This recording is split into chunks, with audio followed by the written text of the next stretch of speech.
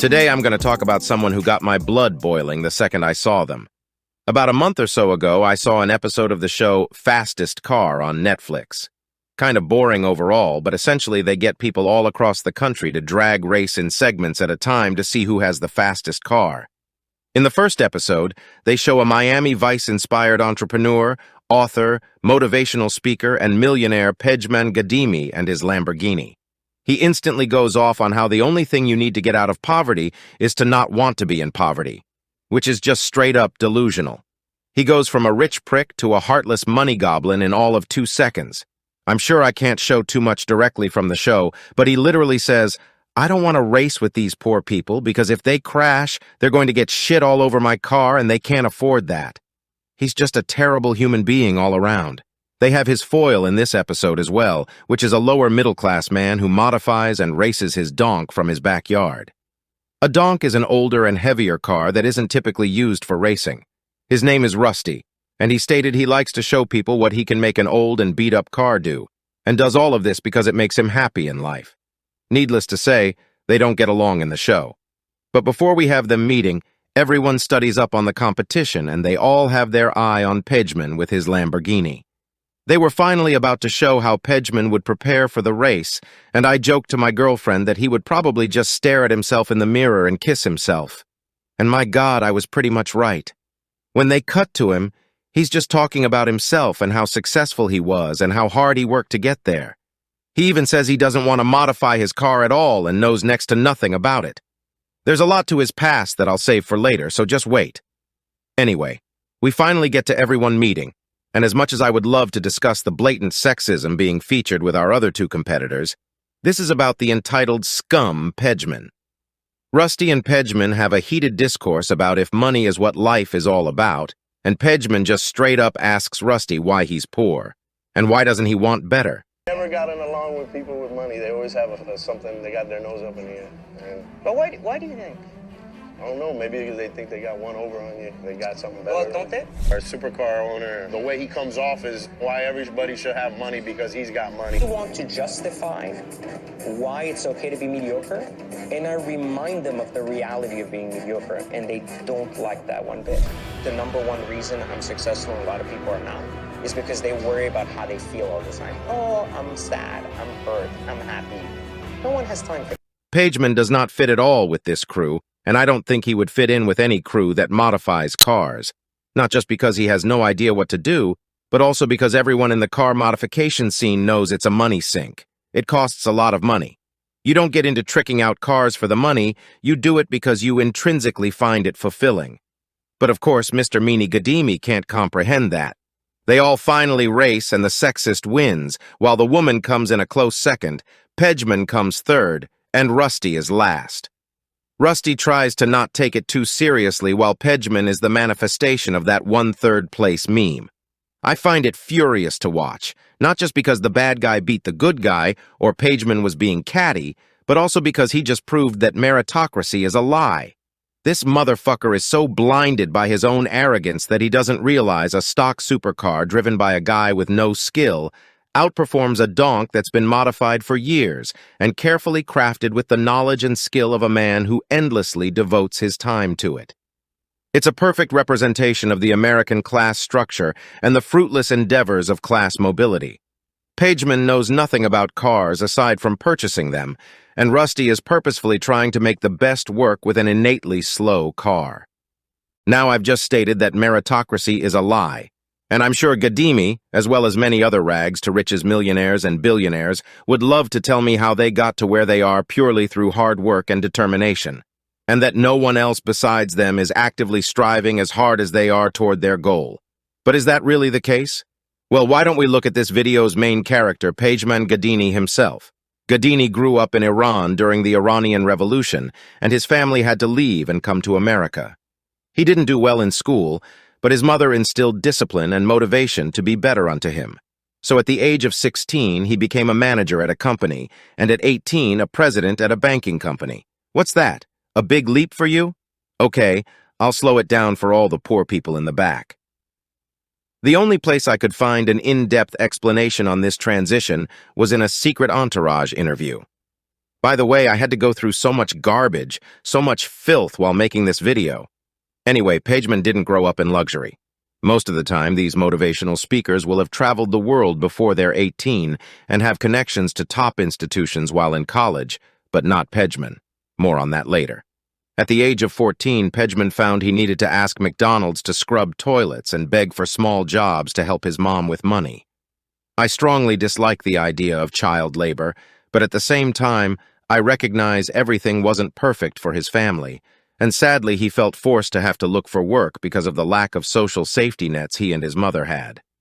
Not many places would hire a kid with just a schoolwork visa, so he eventually found himself working at a shady window installation company as a telemarketer. In 2 short years, he grinded hard enough to become manager.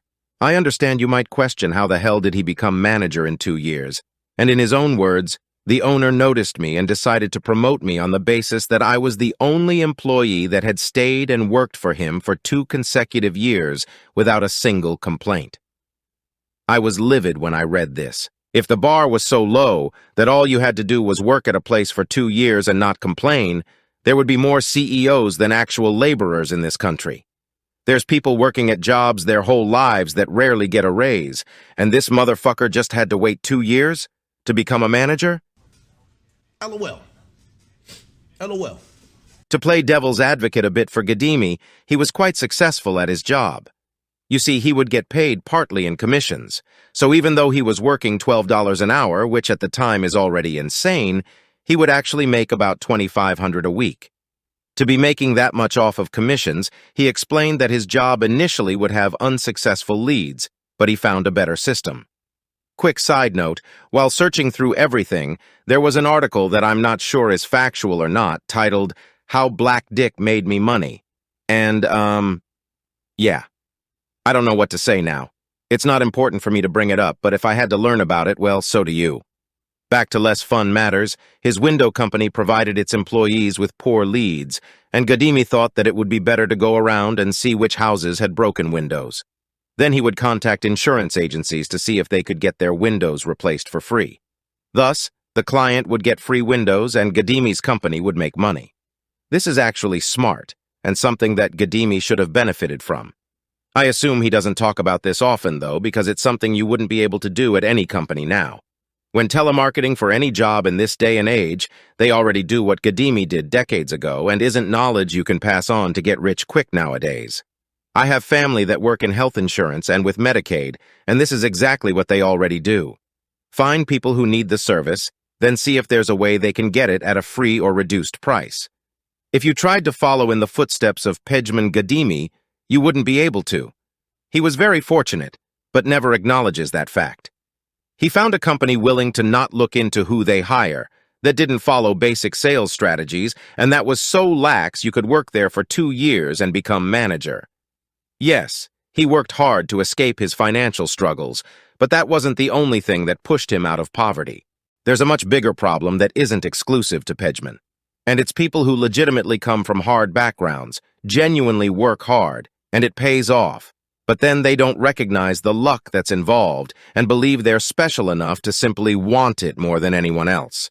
This leads to false promises of an easy billionaire life after just giving it your all. Now, encouraging people to work hard isn't a bad thing at all, and motivating people toward a more fulfilling life with a payoff is a positive thing that can lead many people to get out of a rut. And maybe some people are just being lazy and need to put in some effort. The issue comes from making people believe that it will lead them to being a billionaire. This is an issue for several reasons. One, it undermines the struggle a lot of people go through on a daily basis. By implying all you need to escape poverty is to work hard and be a go-getter, suggests that the billions of those in poverty simply want to remain there, and that it's full of people who don't want to work. This is a common misconception crafted by those in power and spread by those with a crumb of it to maintain a lower class that is believed by most people to not be worthy. While at the same time, those in the upper echelons of society have been proven time and time again to have gotten a head start, put in the same amount of effort as most people, and abuse their power to further limit economic mobility.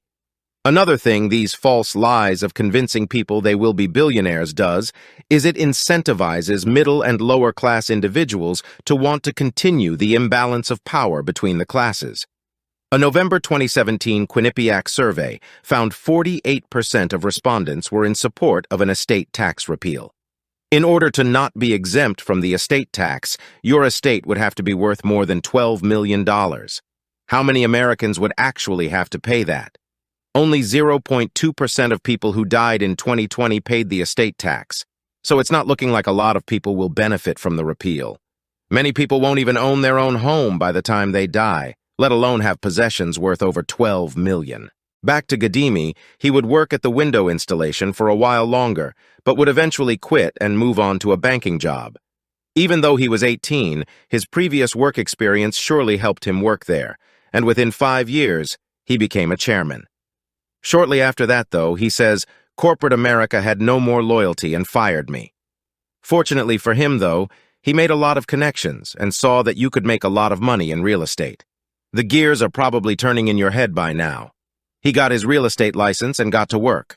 Because he already had a house, he was able to borrow money from his property and invest it toward real estate. He says he also took a risk by borrowing money, but I want to remind everyone that when people like him say, take a risk, the risk is becoming an ordinary working American like you and me, and that frightens them. He stopped investing in real estate around 2006. Something I find kind of shady was when he talks about using his businesses to invest in his personal life. I'll just let it play out, and maybe I'll use a different AI voice for it. After I created a few side businesses, one of which was a detailing company that specialized in high-end cars, I started learning how to write off cars and my lifestyle elements to lower its cost on my overall life. I increased not only my net take-home income from my corporate job, but also gave myself the greatest gift in the world, access to unlimited creation of my own pay stubs. By being able to write my own income in a stated income loan environment meant that I now could buy just about any home I wanted, even those I couldn't afford. Thank you, Jordan.